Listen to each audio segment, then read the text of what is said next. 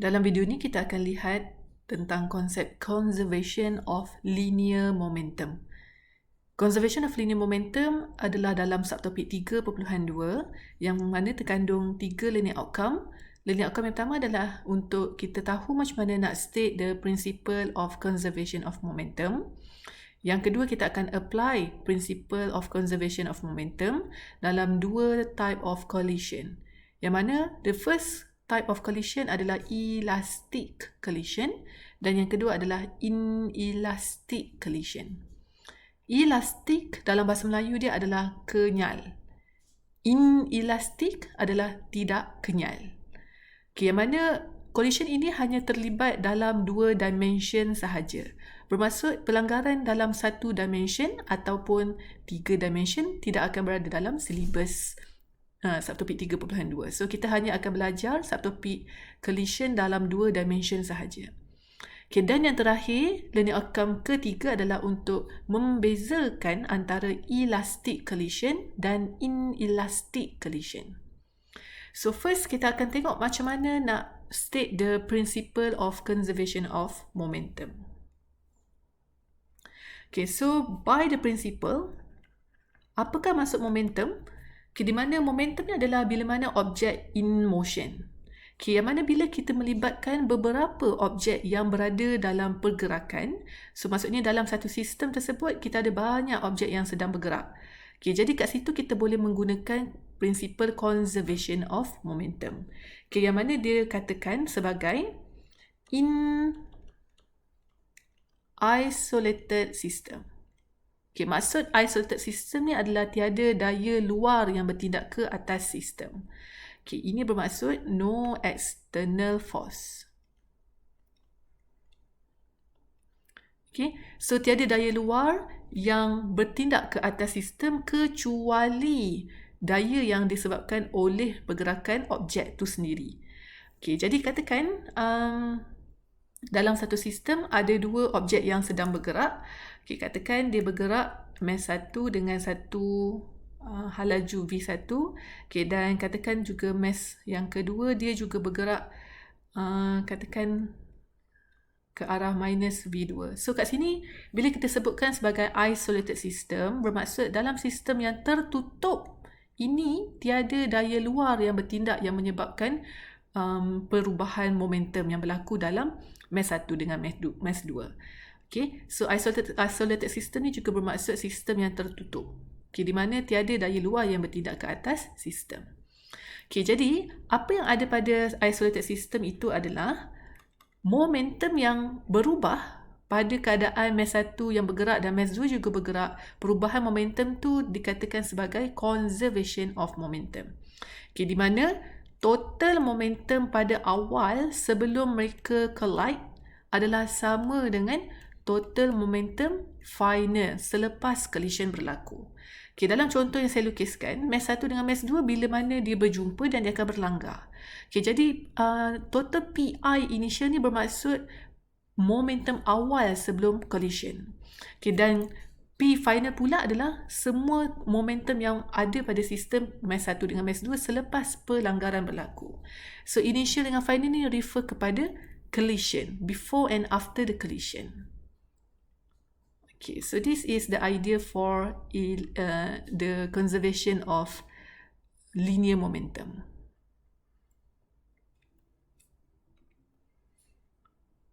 Okay, now kita akan tengok sikit macam mana cara untuk kita membezakan antara 2 jenis collision. Okay, so kita ada 2 type of collision.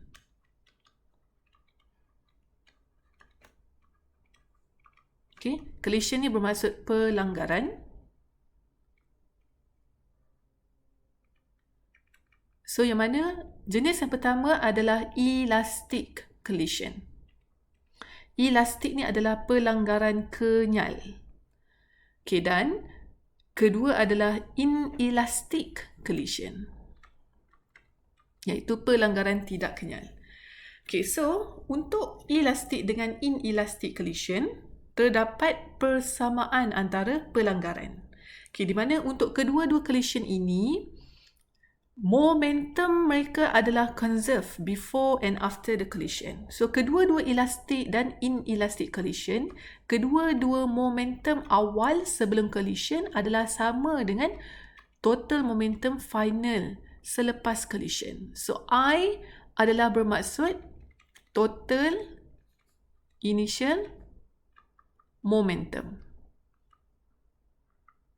Okay, dan total PF, F itu bermaksud total final momentum.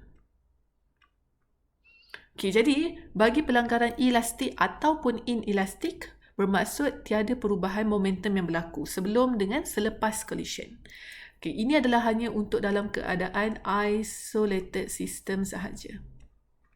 Okay, bermaksud sistem yang tertutup. Sistem yang tertutup bermaksud tiada daya luar yang bertindak ke atas sistem. Okay, so beza antara elastik dengan inelastic collision adalah dari segi kinetic energy. Okay, di mana untuk elastic collision, total kinetic energy iaitu total K, K adalah simbol bagi kinetic energy.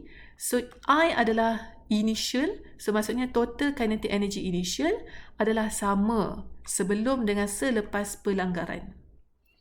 Okay, so I ini adalah initial, F ini adalah final. Bermaksud tiada kehilangan kinetic energy selepas collision. Okay, no loss of kinetic energy. So, jumlah kinetic energy dia adalah sama sebelum dengan selepas pelanggaran. Okay, tetapi bagi pelanggaran yang tidak kenyal, iaitu inelastik, akan terdapat sedikit kehilangan kinetic energy. Okay, di mana jumlah kinetic energy sebelum collision adalah paling besar. So, jumlah dia akan berkurang. So, total K final adalah lebih kecil sedikit daripada K initial. So, jumlah mereka tak sama. Kenapa? Sebab ada kehilangan kinetic energy. Okay, dalam bentuk haba ataupun bunyi. Okay, sebagai contoh, kalau inelastik ni adalah katakan ada pelanggaran antara kereta dengan motor sebagai contoh. So, ni adalah kereta, ini adalah motorcycle. So, bila mereka berlanggar secara kenyal, okay, selepas pelanggaran, okay, apa yang berlaku? Motor dengan kereta ni dia akan melekat dan bergerak serentak, okay, pada satu jarak sebagai contoh. Okay, jadi kat sini menunjukkan semasa pelanggaran itu berlaku ada kehilangan tenaga. Sebabkan bila kereta dengan motor berlanggar, semestinya akan ada bunyi pelanggaran. Okay, dan mungkin juga akan ada haba yang terbebas keluar. So, bunyi dengan haba ni adalah contoh tenaga Q. Okay, Q ni boleh dalam bentuk bunyi, boleh dalam bentuk haba. So, maksudnya kat sini bila berlaku secara inelastic collision, iaitu pelanggaran tidak kenyal, bermaksud jumlah kinetic energy dia sebelum, so ni adalah KI, total KI, adalah tidak sama dengan total K final. So, di mana total K final akan reduce, okay, berkurang daripada initial kinetic energy. Kenapa? Sebab ada sedikit kehilangan tenaga yang berlaku semasa pelanggaran. Okay, kehilangan tenaga tu adalah dalam bentuk bunyi ataupun haba. Okay, so kat sini konsepnya adalah semasa collision berlaku, terdapat kehilangan tenaga. There is loss in kinetic energy. Okay, sebanyak mana kinetic energy tu hilang adalah sebanyak Q. Okay, so kita ambil satu contoh nilai. Okay, katakanlah jumlah kinetic energy untuk elastic collision ni adalah contoh nilai dia adalah 10 joule. Okay, so maksudnya bila objek tu bergerak dalam sistem, okay, mass 1 katakan dia bergerak ke kanan dengan satu hal laju, dan mass 2 pun dia bergerak, katakan dia bergerak ke kiri dalam satu sudut kuadran 2 sebagai contoh dengan hal laju 2. Okay, so maksudnya ini adalah total kinetic energy sebelum collision. So, ini adalah merujuk kepada total KI. Sebagai contoh, dia adalah 10 joule. Okay, dan selepas collision berlaku, kalau elastic collision, bermaksud mereka bila selepas collide, dia punya jumlah tenaga juga adalah sama. Walaupun mereka bergerak terasing. Okay, maksudnya mass 1 selepas pelanggaran katakan dia bergerak ke sini. Okay, dan mass 2 katakanlah selepas pelanggaran dia bergerak pada arah opposite direction. Okay, so tidak kisah di mana sahaja pergerakan mereka, tetapi kalau dia adalah elastic collision, jumlah tenaga kinetik adalah sama sebelum dengan selepas pelanggaran. Tidak ada langsung kehilangan kinetic energy selepas collision berlaku. Okay, berbanding dengan inelastic collision, okay, katakanlah jumlah total KI ni adalah sebanyak 10 joule. So, ini 10. So, katakanlah jumlah dia adalah 10 joule. Okay, jadi, ini adalah 10 joule. So, kereta dengan motor tadi, sebelum dia berlanggar, dia punya kinetic energy adalah 10 joule. Okay, dan selepas pelanggaran, kinetic energy dia dah berkurang. Okay, bukan lagi 10 joule, tetapi dah menjadi contoh 9 joule sahaja. Okay, mana hilang 1 joule? 1 joule tu adalah Q. Okay, di mana 1 joule ni dah di transfer ke haba, ke tenaga bunyi semasa pelanggaran. Okay. So, itu adalah beza dan persamaan antara elastic dan inelastic collision. Okay, so secara rumusan dia, kalau elastic dan inelastic, persamaan dia adalah dari segi total momentum. Okay, di mana total momentum is constant sebelum dan selepas collision. Okay, tetapi perbezaan elastik dengan inelastik adalah dalam sebutan kinetic energy. Okay, di mana kinetic energy untuk elastik sahaja yang sama sebelum dengan selepas. Tetapi untuk inelastik akan ada kehilangan tenaga kinetik selepas pelanggaran. Sebanyak berapakah kehilangan tenaga itu adalah sebanyak Q. Q ni adalah simbol bagi tenaga lain selain kinetic energy. Sebagai contoh bunyi, sebagai contoh lain haba. Okey, so kita sama-sama tengok satu contoh soalan untuk kita uji LO yang kedua. Okey, so setakat ni secara generalnya kita dah tengok macam mana nak state principle of conservation of momentum. Okay, mana conservation says that in isolated system, total momentum is constant. Okay, so itu adalah dalam ayat yang paling mudah untuk kita faham. Okay, dan dari segi maths expression dia adalah total PI is equal with total P final. Okay, so untuk LO yang pertama tadi, principle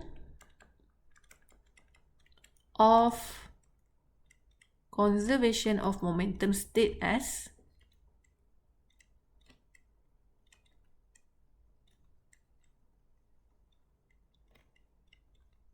in isolated system, the total momentum is constant. Okay, total momentum is referred to the before and after the collision. So in the maths expression, total PI is equal with total P final. Okay, regardless the collisions sama ada elastik ataupun inelastik. So ini adalah cara untuk capai LO yang pertama. Okay, untuk LO yang ketiga pun kita dah tahu macam mana untuk membezakan elastik dengan inelastik collision. Okay, mana perbezaan dia adalah dari segi kinetic energy. Okay, tetapi dari segi similarities-nya adalah dalam momentum. So momentum untuk kedua-dua collision adalah constant untuk momentum, tetapi berbeza pada kinetic energy. Okay, so now kita akan tengok pada LO yang kedua, yang mana kita akan ambil dua contoh soalan untuk menguji bagi kes elastic collision, okay, dan juga inelastic collision. Okay, so tengok contoh yang pertama. Okay, so ada satu objek yang mana mass asal dia adalah 100 kilo. So ini adalah mass, okay, 100. Okay, dia bergerak ke east, okay, iaitu timur, okay, ke timur pada kelajuan 50 meter per second. Okay, so dengan information ni kita boleh keluarkan terus apa kuantiti yang kita dah tahu. Okay, apa yang kita dah tahu, okay, mass awal, mass 1, kita labelkan ni adalah sebagai objek 1 yang berwarna hijau, adalah 100 kilo. Okay, dan dia punya halaju awal adalah U. Okay, dia bergerak ke kanan lah. East ni adalah ke timur, iaitu ke kanan. Okay, dengan halaju awal U adalah sebanyak 50 meter per second. Okay, dan dia berlanggar. Okay, belanggar ni menunjukkan akan adalah konsep conservation of momentum. Kenapa? Sebab akan berlakulah perubahan momentum sebelum dengan selepas collision. Okay, dia berlanggar dengan siapa? Dia berlanggar dengan objek yang kedua. Okay, so kita akan labelkan dengan color biru. So, ni adalah objek 2. Okay, yang saiz lebih kecil. So, mass 2 dia adalah separuh, iaitu 50 kilo sahaja. Okay, tetapi dia tidak bergerak. So, U2 dia adalah kosong. U tu adalah initial velocity. 2 tu refer kepada objek 2. So, U2 adalah kosong. Okay, dan dia kata selepas collision berlaku, so secara logiknya, mass 1 ni bergerak dan dia akan berlanggar dengan mass 2. So, kita tengok sama-sama contoh satu simulasi daripada FET Colorado. Okay, so kita letakkan mass 2 ni adalah pada kelajuan V. Okay, mana kelajuan V ni katakanlah saya letakkan contoh kat sini 0.56. Okay, kalau kita nak masukkan nilai sebenar iaitu sampai 50 tu tak muat lah untuk kita letakkan V sebanyak 50. Sebab datanya limited to 1 meter per second. So, kita letaklah katakan 0.56. Okay, dan untuk mass 2 tadi kita statikkan dia. So, halaju awal dia adalah kosong. Okay, now kita tengok apa yang berlaku semasa pelanggaran. Okay, now dia akan berlanggar. Okay, bila dia berlanggar, kita nampak di mana momentum mereka berubah. Okay, di mana momentum 2 daripada halaju V dan dia punya direction V pun dah berubah. Okay, tengok anak panah warna hijau ini adalah refer kepada V. Okay, kalau tengok sekali lagi, anak panah hijau ni dah berubah daripada ke kanan ke east lah, east ke kanan, dan dia telah pergi ke kuadran yang keempat.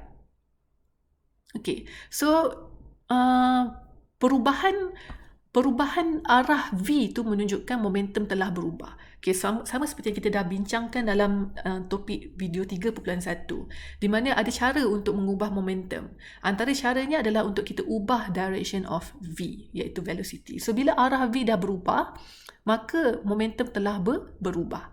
Okay, dan kalau tengok juga pada anak panah berwarna biru, iaitu arah momentum akan sentiasa ikut arah V. Okay, sebab konsep momentum P adalah mv, mass darab dengan velocity. Jadi arah momentum sentiasa sama arah dengan velocity. Okay, jadi nampak di sini arah momentum iaitu anak panah biru telah berubah arah dia daripada direction ke kanan dan terus ke kuadran yang keempat. So itu menunjukkan momentum pada mass 2 telah berubah. Okay. Dan kalau kita lihat pada mass yang pertama juga, iaitu yang at rest, dia punya momentum juga berubah. Kenapa? Sebab daripada dia statik, apabila dilanggar oleh mass yang lebih besar, dia telah bergerak dengan satu halaju.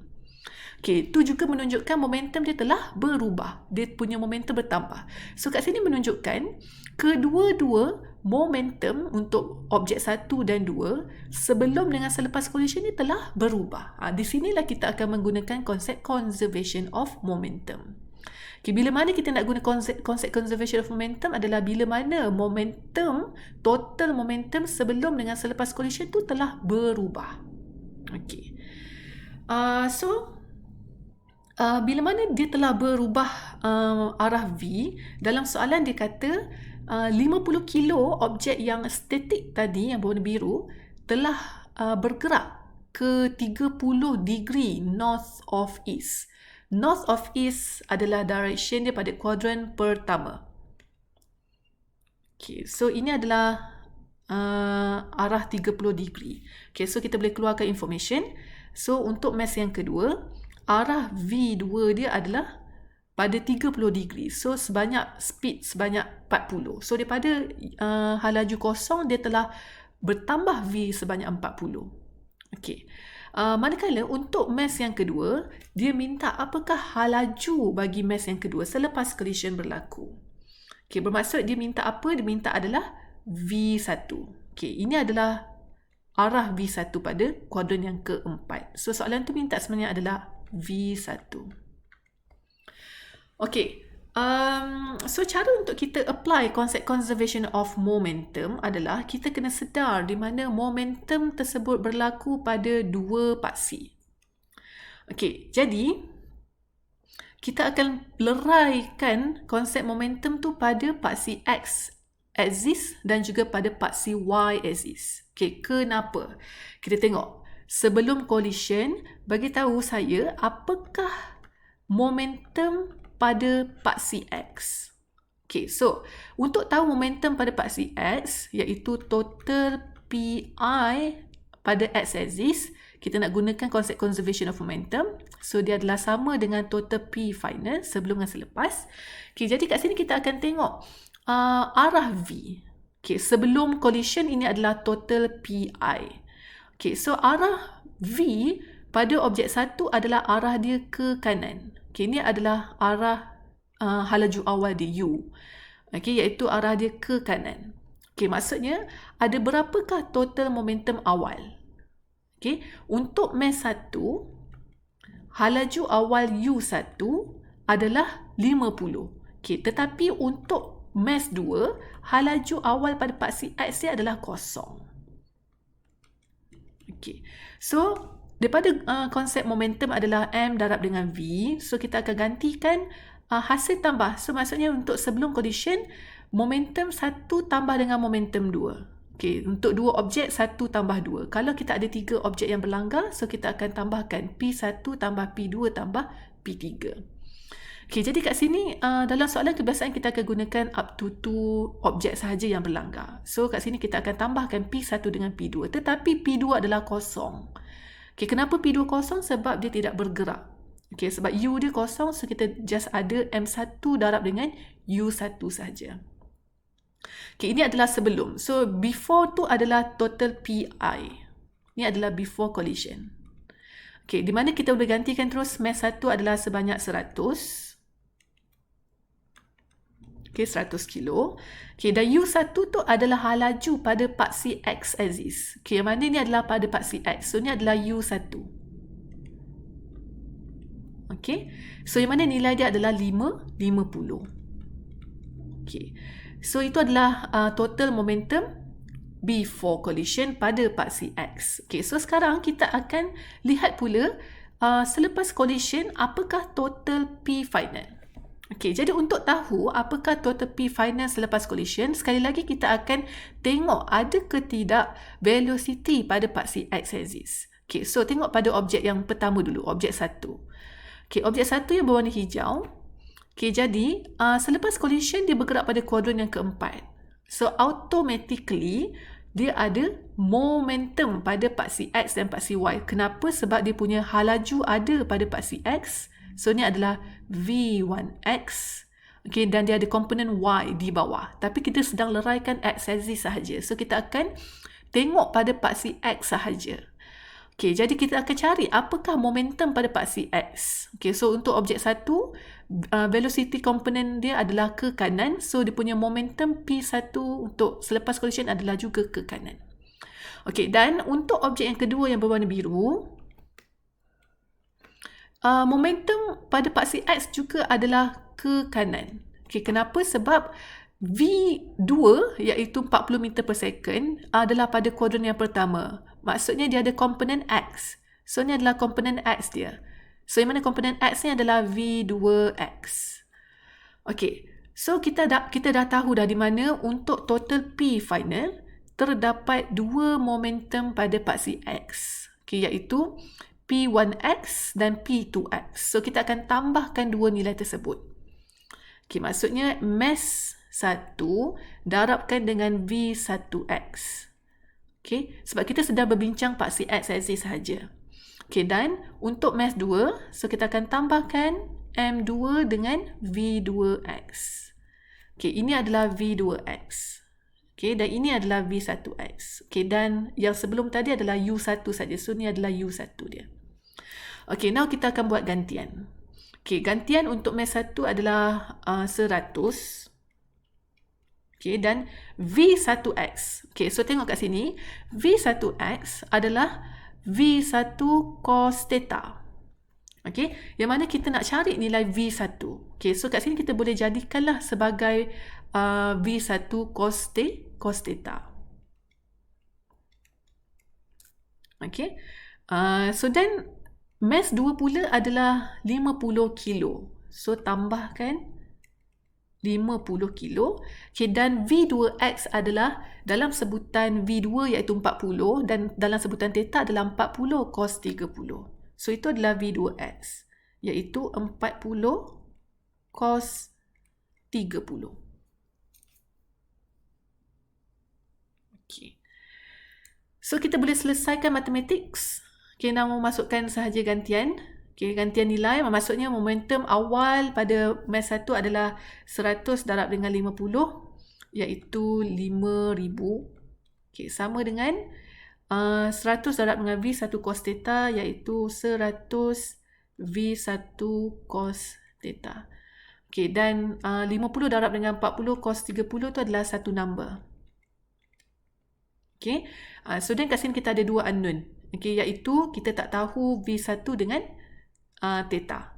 Okay, maksudnya kat sini kita boleh keluarkan V1 dengan theta sebagai saja. Ini just maths expression saja.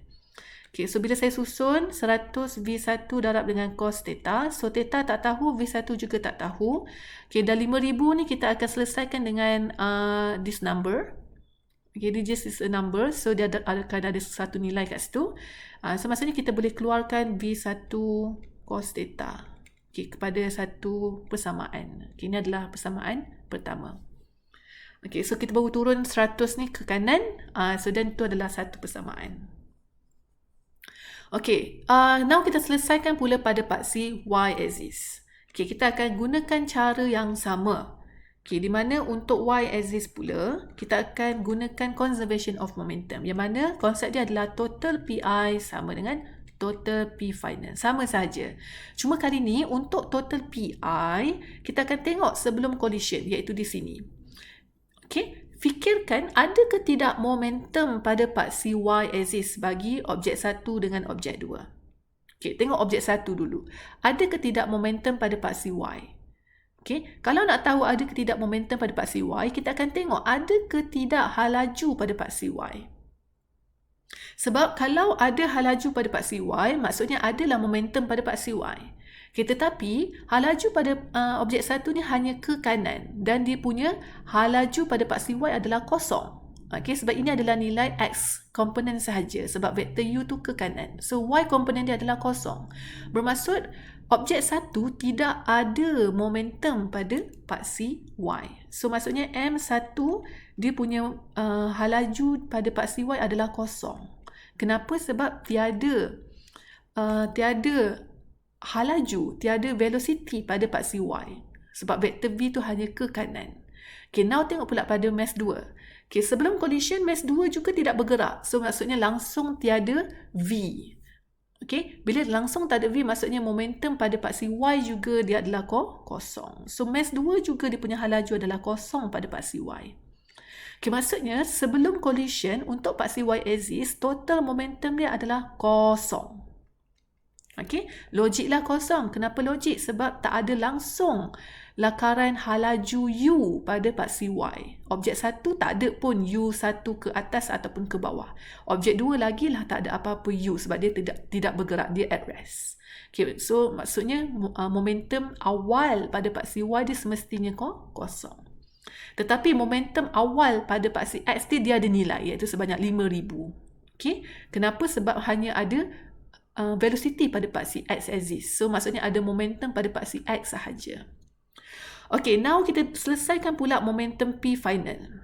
Okay, selepas collision, kita akan tengok ada berapa banyak momentum final pada paksi Y. Okay, so cara untuk kita tengok berapa banyak momentum pada paksi Y, kita akan tengok ada berapa banyak velocity pada paksi Y. Okay, so tengok objek pertama dulu. So, objek pertama, velocity Y dia adalah ke bawah. Okay, kenapa ke bawah?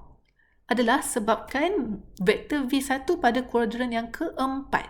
So, bila dia pada kuadran keempat, komponen X dia kanan dan komponen Y dia ke bawah.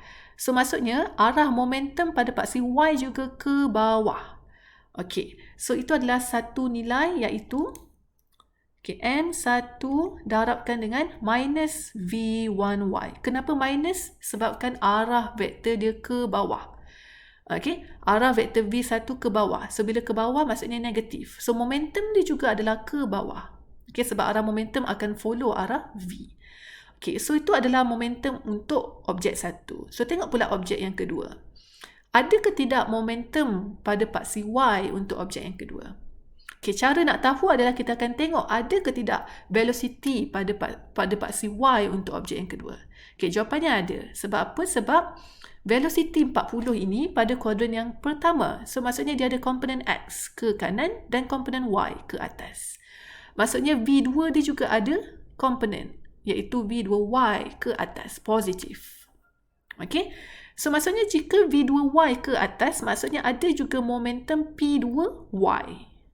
Okay, yang mana nilai dia adalah P2Y bernilai M2 darabkan dengan positif V2Y. Okay, now kita selesaikan maths. Masukkan gantian. Maths 1 adalah 100. Okay, dan V1Y. Okay, V1Y dalam sebutan theta dengan V1 adalah V1 sin theta. Okay, so V1Y adalah minus V1 sin theta. Okay, dan tambahkan dengan mass 2. Mass 2 is 50 kilo. Okay, dan V2Y. Okay, tengok pada lakaran V2 adalah 40 dan theta 30. So, V2Y kita akan dapat sin. Yang V2X is cos. So, V2Y adalah 40 sin 30. So, dan dia adalah positive number. 40 sin 30. Okay, now we do maths. Okay, so selesaikan mathematics. So ni kosong, saya bawa ke kanan. So yang ke kanan yang ini, okay, saya alihkan ke kiri sebab nak hilangkan negatif. Maksudnya dia dapat 100 V1 sin theta. Okay, sebab kosong tambah dengan 100 V1 sin theta is 100 V1 sin theta. Dan selebihnya adalah 50 darabkan dengan 40 sin 30. So dia just a number. Kita tekan saja kalkulator dalam degree mode. So dia just giving a number.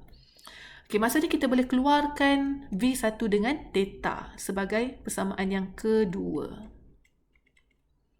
Okay, yang mana 50 darab 40 sin 30 bahagi dengan 100, itu adalah nilai dan persamaan untuk kedua.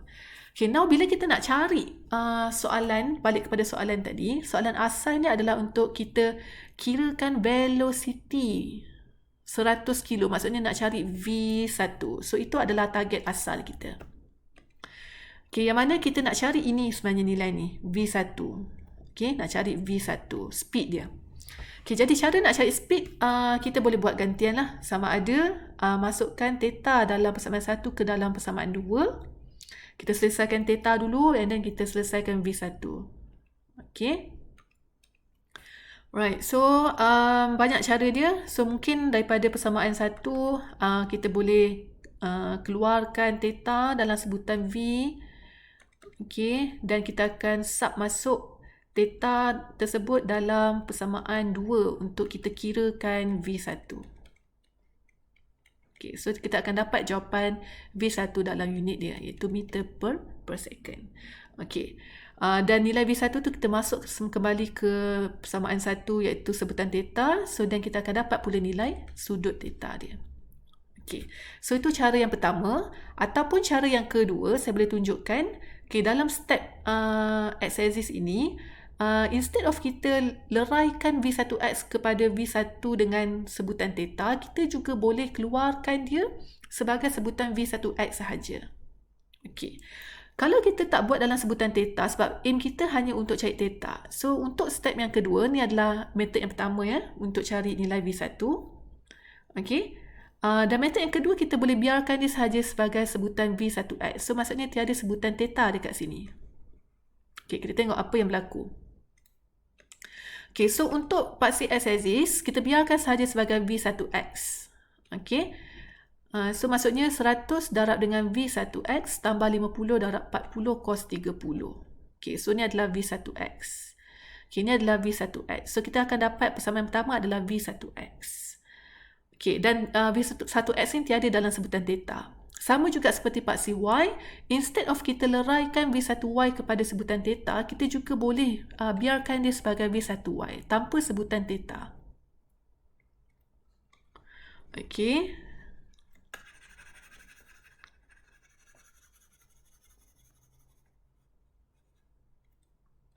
So, V1Y darab dengan negatif 100 tambah dengan 50 darab 40 sin 30. So, kita akan dapat 100 V1Y dalam satu nilai. 50 darab 40 sin 30 bahagi 100. Okay, so now tengok pada persamaan 1 dan persamaan 2.